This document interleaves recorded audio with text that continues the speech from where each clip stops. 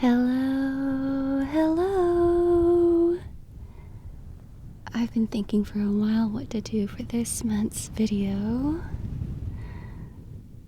but I was really stumped because I just finished a big project of mine, and now I'm kind of in this sort of creative withdrawal, but not completely. Because if you saw my last video, I started working on a comic, and I have been occupying myself with that for a bit. But at least the big part of recording the books is out of the way. And now I'm like, what can I do for ASMR? I did have the idea that maybe I should do something sort of inspiring, but I wasn't sure what kind of questions I should ask to inspire that inspiration. So I just went on a little search for some questions that might inspire creativity. And the first thing I came across was actually 70 thought-provoking questions for conversation starters. So more so an everyday, deep question kind of thing instead of something that inspires more creativity. And there are 70 questions, but I might only go through about 10 of them because otherwise we might be here forever, and I'm not even sure if this is something that people want to listen to. But I will have some layered sounds in the background so my voice can melt into those other sounds, and so you can concentrate more on the feeling of the sounds rather than the meaning of the words that I'm saying. But if you do want to follow along to what I'm asking, I'll try to put the questions up on the screen so you can follow along, and maybe you can pick a few to answer yourself in the comments. And let's get started. The first question I'm not even sure how to answer. It is, what's the best question you've ever been asked? That's a tough one. How can I remember all the questions I've ever been asked? I do like really thought-provoking questions, though. That's really one way to start this list, isn't it? Here, number one, out of all these 70 questions, we'll give you a question that maybe you need a warm-up. I need to warm up. I can't think back to all of that.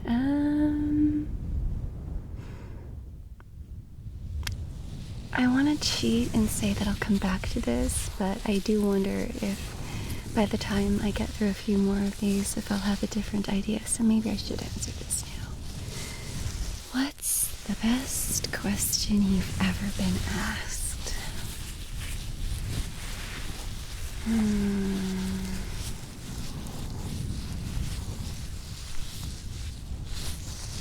You know,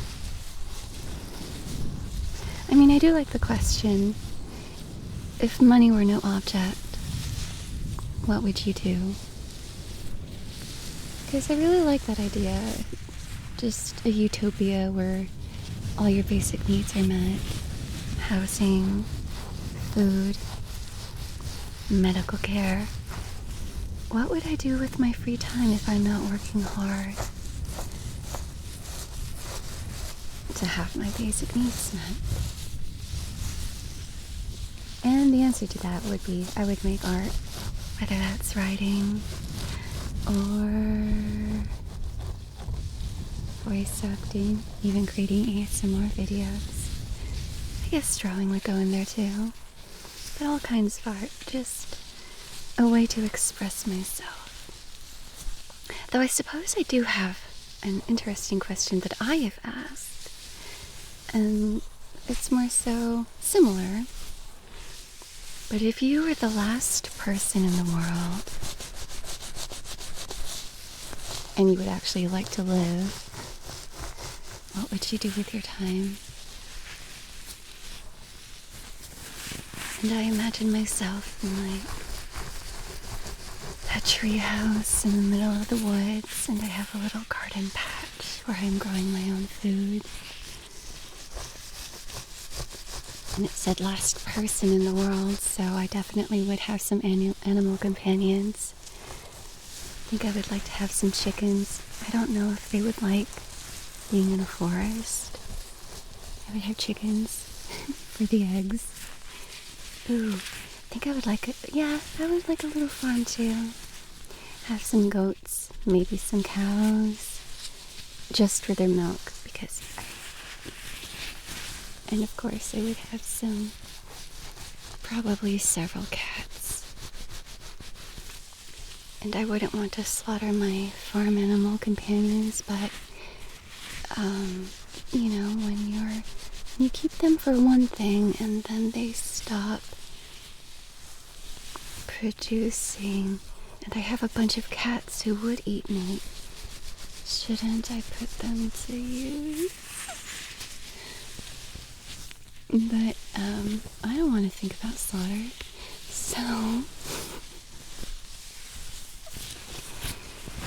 Sorry if that's not a very calming thought. I can be quite morbid when my thoughts are really going. So let's move on to the next question. Question 2. Who is the most influential person in your life? Growing up, and even now, I never really had like a role model. And I wonder if that's an issue, because when it comes to striving to be better, I just want to be a better version of myself. I don't necessarily want to look up to somebody and copy everything that they do, because I want to be me. I don't want to be them. So I never really had a role model growing up. But looking back on my life and thinking about it even now, I would probably have to say my high school English teacher. She taught English.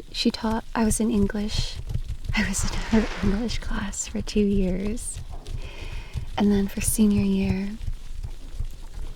I had theory of knowledge, which is an international baccalaureate class. I took those IB classes, but I didn't actually do the entire program. But anyway, I had her for English in freshman year and junior year, and then TOK in senior year. And she believed in me, and she encouraged me to go after a more creative route rather than going into college to learn psychology, which I did while also doing creative stuff. And just that feeling of having an adult who believes in you and your work, and who pushes you, who sees you, who sees how creative you are and what passions really make you tick, and encourages you to go after them. Yeah, I really needed that, and so I still have so many fond memories, and when I think about somebody who's influenced me, it's her. But then recently I had a conversation with some other voice actors about somebody who pushed you. And while she did, there is also kind of a dark side of it. And that was because I it was English class, and she had a literary club, which I became president of in later years. She would say that I would be published by the time I got in college. And that was really aspirational for me. I wanted that to be true so much. But the publishing industry disagreed. And so it was disheartening that by the time I got to college, it didn't happen. And so I had really high expectations of myself. And while I do think it's important to have expectations and aspirations and goals, to say something like that I'm going to be published before I get to college, I think also does a bit of harm. Because there are so many things that aren't within my control, as much as I'm working hard to make them happen. So, yeah, I suppose I just want to say, you can be that person for somebody else too. Just be careful of your words and make sure you're not putting unnecessary pressure on them, unattainable pressure. Because so much, especially in the creative world, especially with the economy now, is out of our hands. So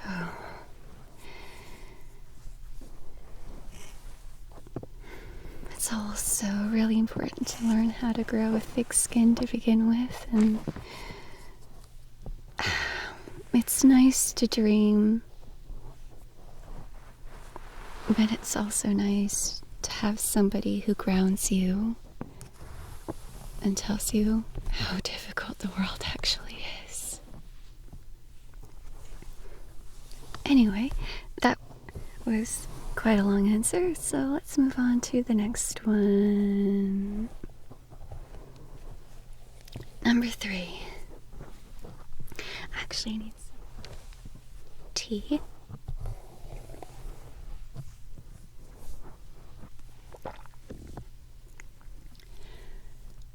Where would you be if you hadn't followed your dream?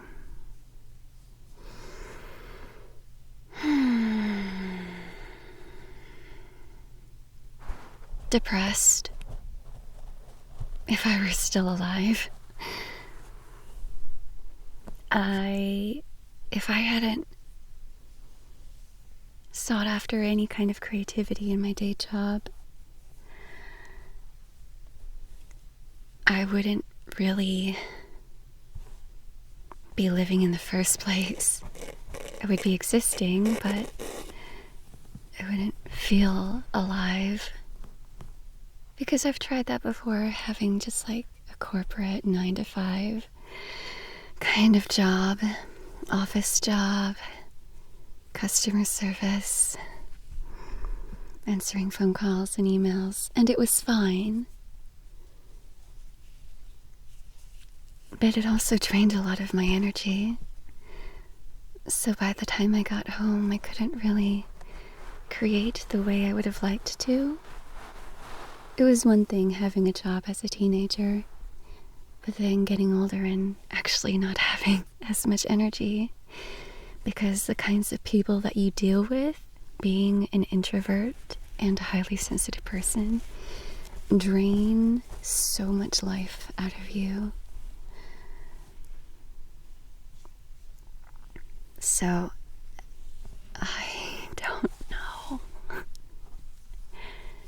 I think I always would have gravitated toward doing something creative. And I probably, because I learned about myself having that office 9-to-5 type of job. And I knew that I wouldn't be able to keep this up forever. I'm not the kind of person who can separate my money making from what I'm actually passionate about and have little time to do what actually makes me feel alive. And it's not really so black and white that if I didn't have a creative job, I would probably be suffering at an office job. I'm sure there are other creative endeavors, or yeah, just even like gig work maybe. Just something that'll give me more time to be creative.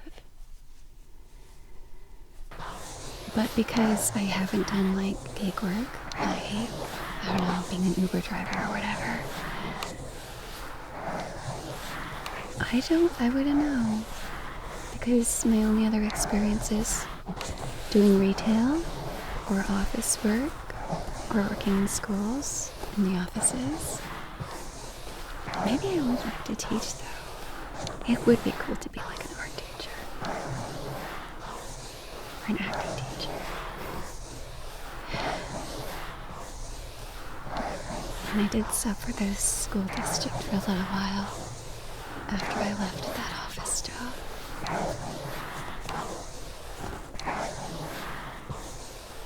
So I want to say that I would have found a way and that I wouldn't have just given up and be dead inside, if not completely dead. There are options.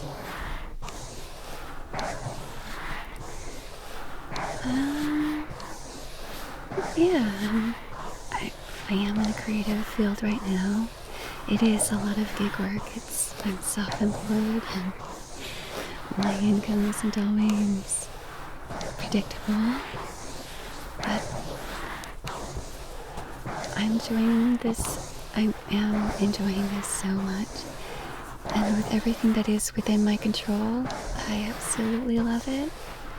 I'm not sure if I'd have it any other way. Definitely could be better, could be more stable, but I love my job, and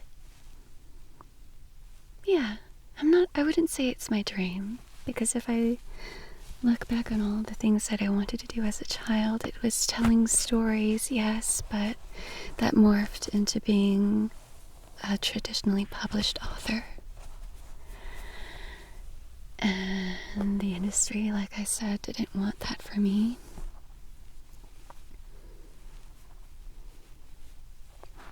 Going back to the previous question, though, if it were just me left in the world, if I were the last person on Earth, and I had my little homestead or whatever, and I would be like raising my own livestock, and I'd have a little garden, Stardew Valley style, I probably would write just for myself. I would tell myself stories where other people do exist in the world and the interesting, fantastical relationships that they have. And it would be enough for me.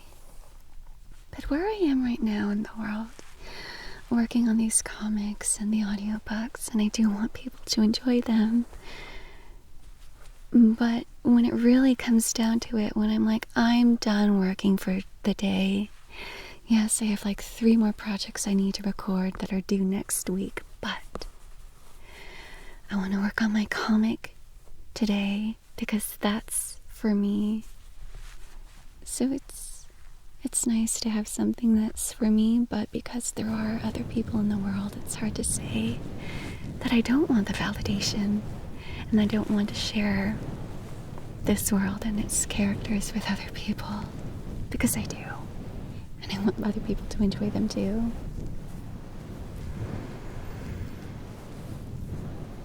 But yeah, I think that's a long, thorough answer, right? Alright, let's go on to the next question.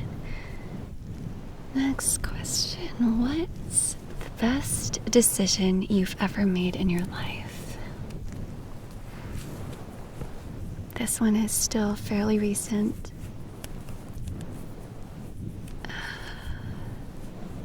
And being self-employed in a creative industry, it did take a while for it to happen, but having a place of my own,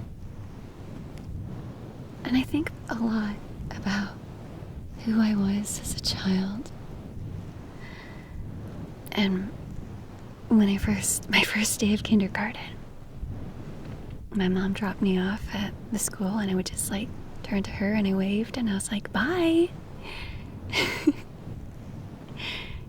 And I was just so eager to go off on my own. So I think I've always been like this. I've always really enjoyed my solitude, and I don't really get lonely. I was only for a while last year after I had to put my cat down because I loved her so much. And I still think about her. Sometimes still have dreams about her. I can feel her.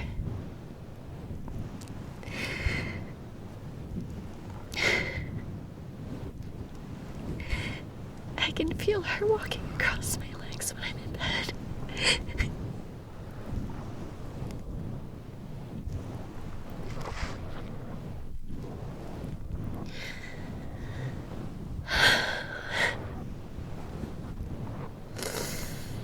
We had a good long life together, so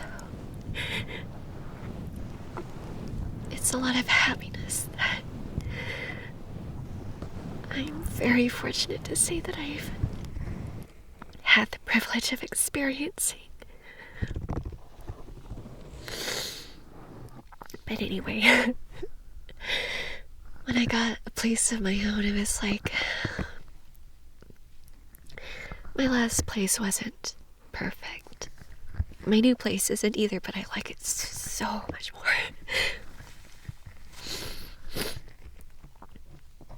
But even there, it was like,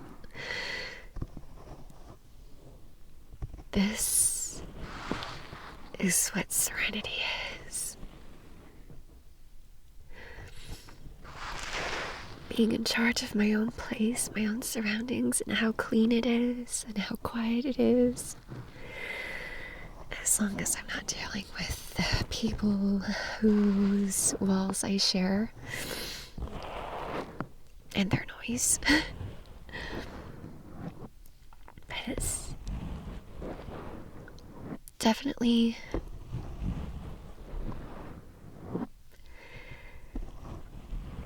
having a place I could call my own, making it my own little sanctuary.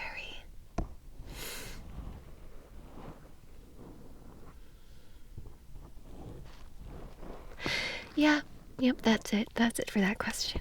Let's move on to the next one. What's your deepest regret? And how can you forgive yourself? Or make amends?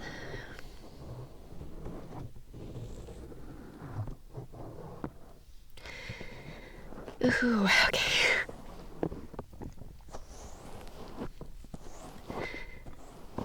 That's hitting a hard place.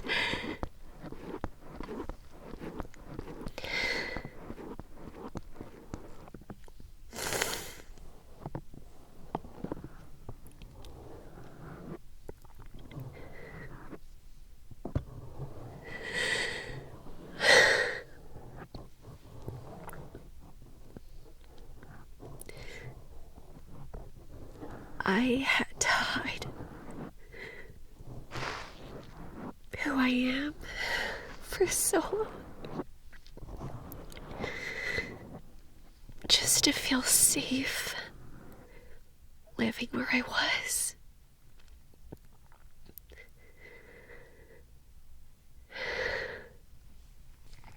Sorry. This got way more emotional than I was expecting.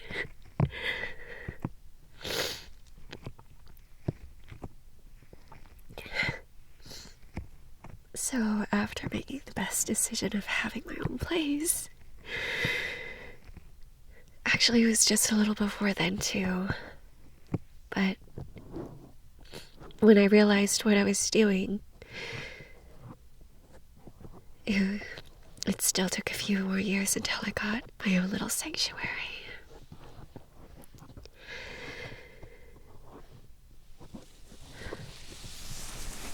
So basically, for a good portion of my life, I was lying to myself about who I am so I could feel safe living where I was. And I had to stamp down a lot of my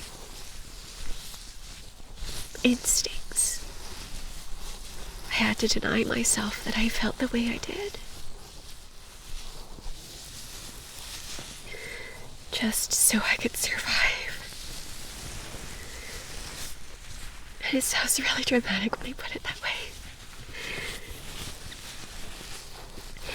But the thing is, before I became a full-time voice actor, I was taking commercial coaching for voice acting. And it hit me at one point.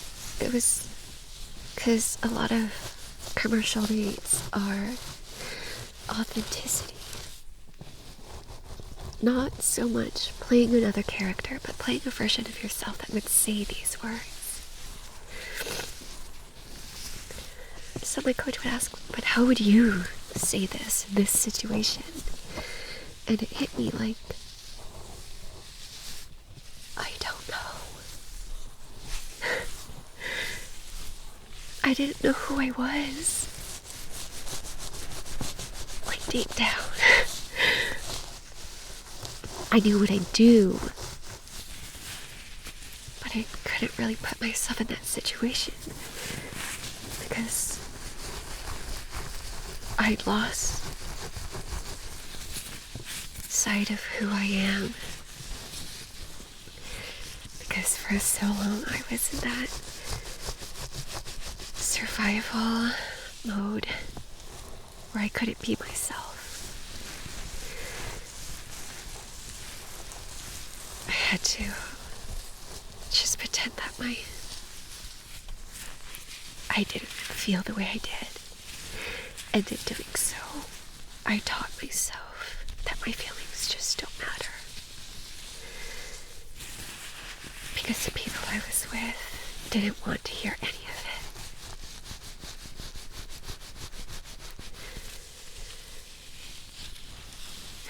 Of course, it was just safe for me to just turn my world gray and not be myself. I was just a shell.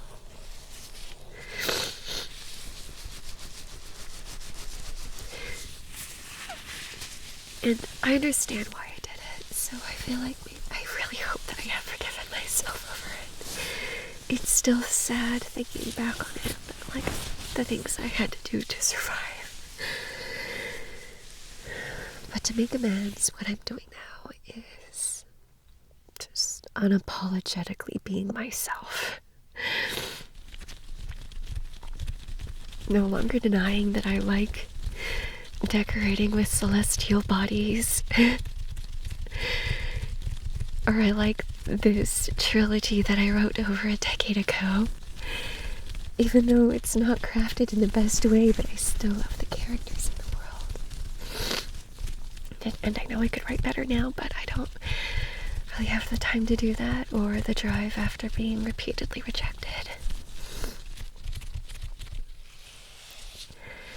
So I think I'm definitely on the mend from that, long as it has been.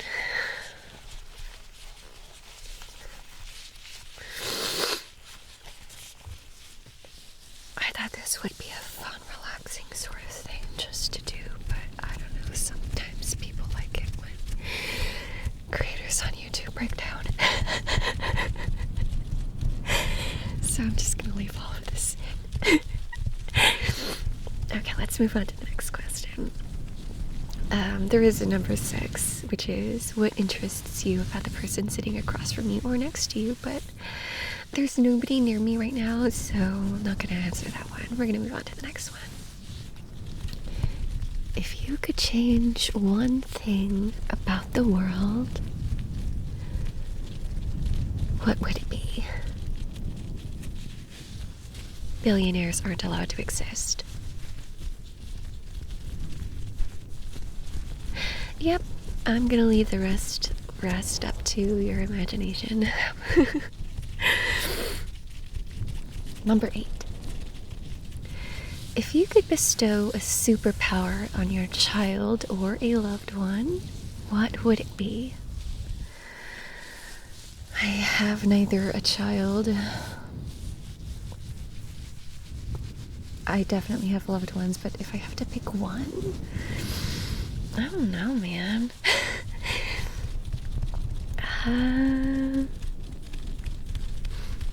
What if I bestowed the same superpower among all my closest friends? And that would be the same power I would give myself, which is power over the space-time continuum, like Hero from Heroes. That's an old show. But I've always thought it would be really cool just to stop time so I can be more productive, which is a terrible thing. Maybe I want to stop time so I can get rest, not be productive. But there's that, and also being able to, skip traffic. Not have to pay for expensive airplane tickets. If I had to travel without teleporting somewhere, I think I would probably do a train, because then it's a long scenic route, hopefully. But the trains here in the US aren't the best. But imagine if we had no billionaires and we had a better train system. Imagine the train rides we could have. But anyway, yeah. Controlling time and being able to teleport. If I could just have one of those.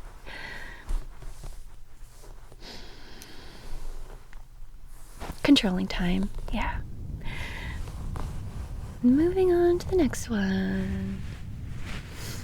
What is your biggest pet peeve? Funnily enough, tying back into the previous question, slow people. Like if I'm behind them in the line at the grocery store, and I drive like a granny, but if somebody's driving so slow that I'm like, ooh, you're a problem, then they're slow. Also, people, foot traffic too. Like I'm walking down the streets of New York City or something, and people just stop, and I'm like, excuse me. And I would have to like push through them or something. Just, people who aren't very considerate of their surroundings. But I suppose I could take that as a moment to reflect. Like, why am I in such a big hurry? Why? Maybe that also ties back to the previous question of I'm going to be published by the time I'm in college, and that didn't happen, so I feel like I need to do everything really quickly. Well, I still have my youth, otherwise I'm not going to be worth anything, but that does bring up another idea. One of the channels that I follow is The Financial Diet, and they have a series called Just Getting Good, where Chelsea, the host, interviews women, I believe over the age of 50, and none of them say that things started getting good before the age of 40. So, I'm looking forward to that. I'm looking forward to seeing what I can accomplish when I have more wisdom and experience. So, yeah, but anyway, still, problem stands. What's my biggest pet peeve? Slow people. Alright, let's move on to the next one. What's a red flag about you? I suppose this would have to be in the most general way possible.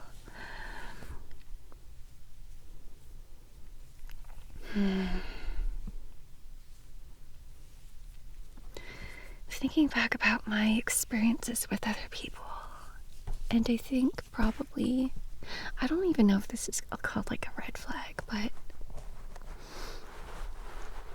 compliments come very difficult to me.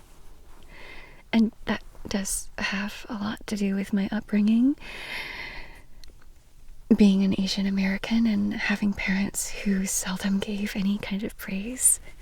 So I didn't know how to do that myself. That's something I had to learn to do in adulthood. And recently, especially since I started working with a lot more people and trying to help them improve their craft, I'm overly critical and I have high expectations.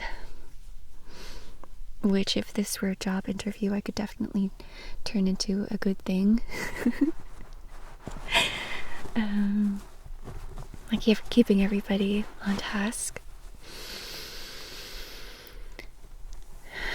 and motivated. I don't know. Sometimes I'm really harsh, and I'm pretty sure that has had a hand in discouraging some people from continuing, and that's something I need to work on.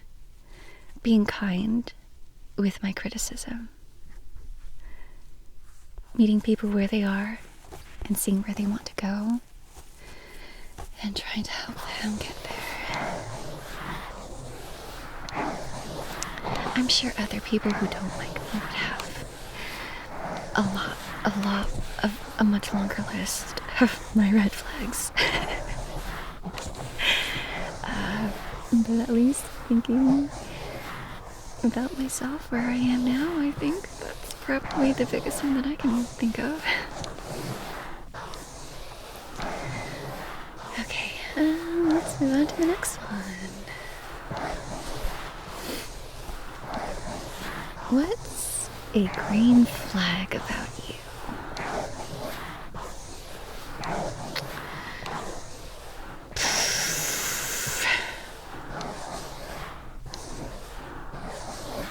I suppose I'm self-motivated. I mean, I did mention earlier that there are projects that I want to work on myself, because they're fulfilling to me. But I'm still motivated to do that. And I will do stuff for work. I'll get that stuff out of the way. Make them a priority, and then when I'm winding down for the night, I'll get back into doing my own little thing.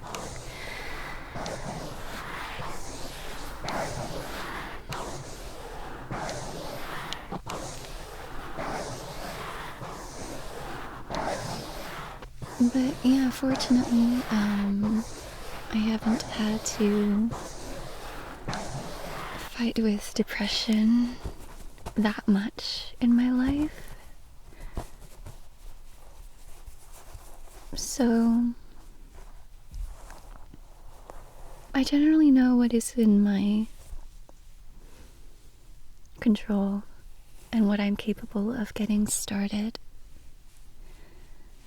And a lot of the times it's just getting started in the first place. Most of the time I don't really have an issue with that. Sometimes I do, like if it's a chore. But I'll get it out, over with, and out of the way.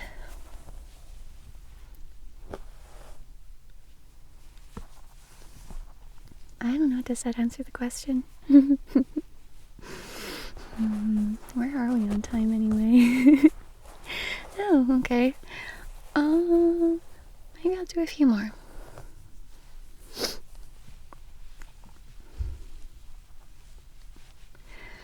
What color are you in mood or feeling, and why? Well, the lighting inside my booth, which I am inside of right now, is like a peachy pink, as are the fluffy windscreens that I have on my mics, and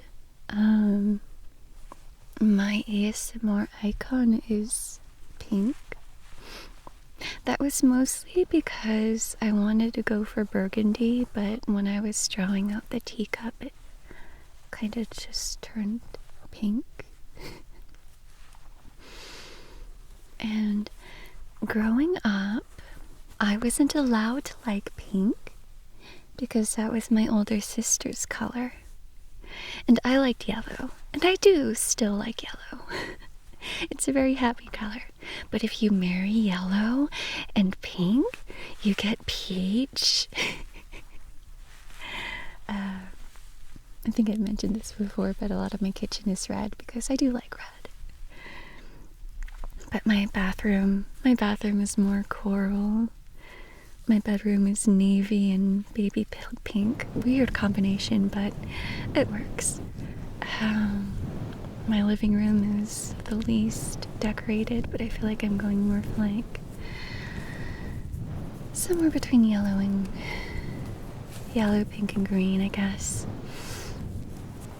Warm, lively colors. But anyway, I do want to say probably, yeah, I'm probably feeling peachy pink. Feeling pretty good. There is some work that I have to get done after I'm done recording this.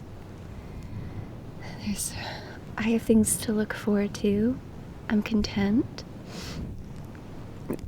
About a week ago, once I was driving home from getting some groceries, and I was like, I'm happy. And it's nice when that happens. I can't say it happens often. I think the last time that I woke up one morning and said that honestly to myself was probably around October.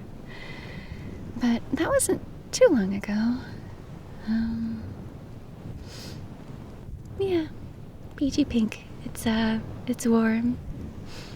It's not too harsh like my red kitchen can be, which I still like. Yeah. Right. Next question.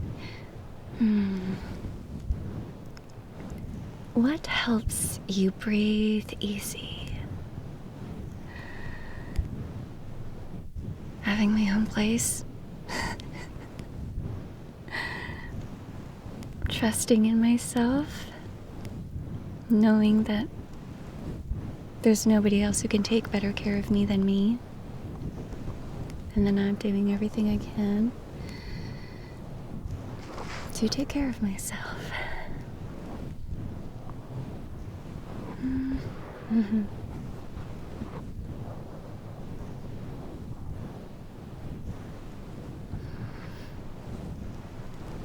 And that if a problem arises, that I have the knowledge to take care of it myself. And if not, I know who to contact to help me. Okay, how about one more question, and then we'll call it for today. What do you have faith in right now? I mean, the world is a very special place right now.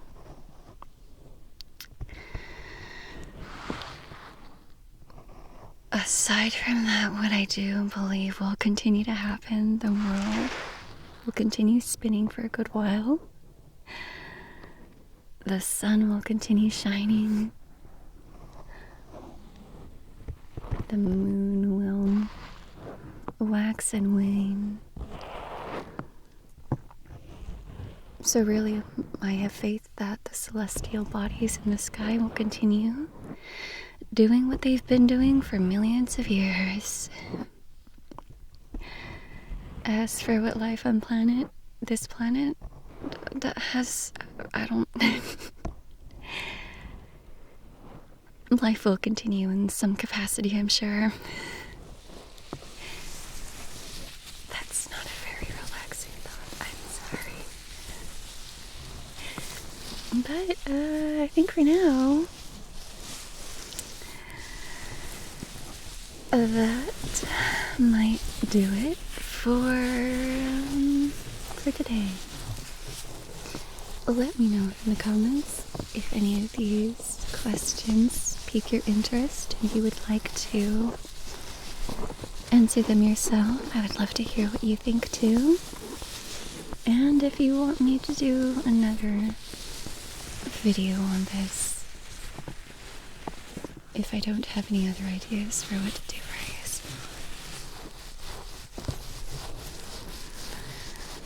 Yeah, if you've made it this far, thanks for listening.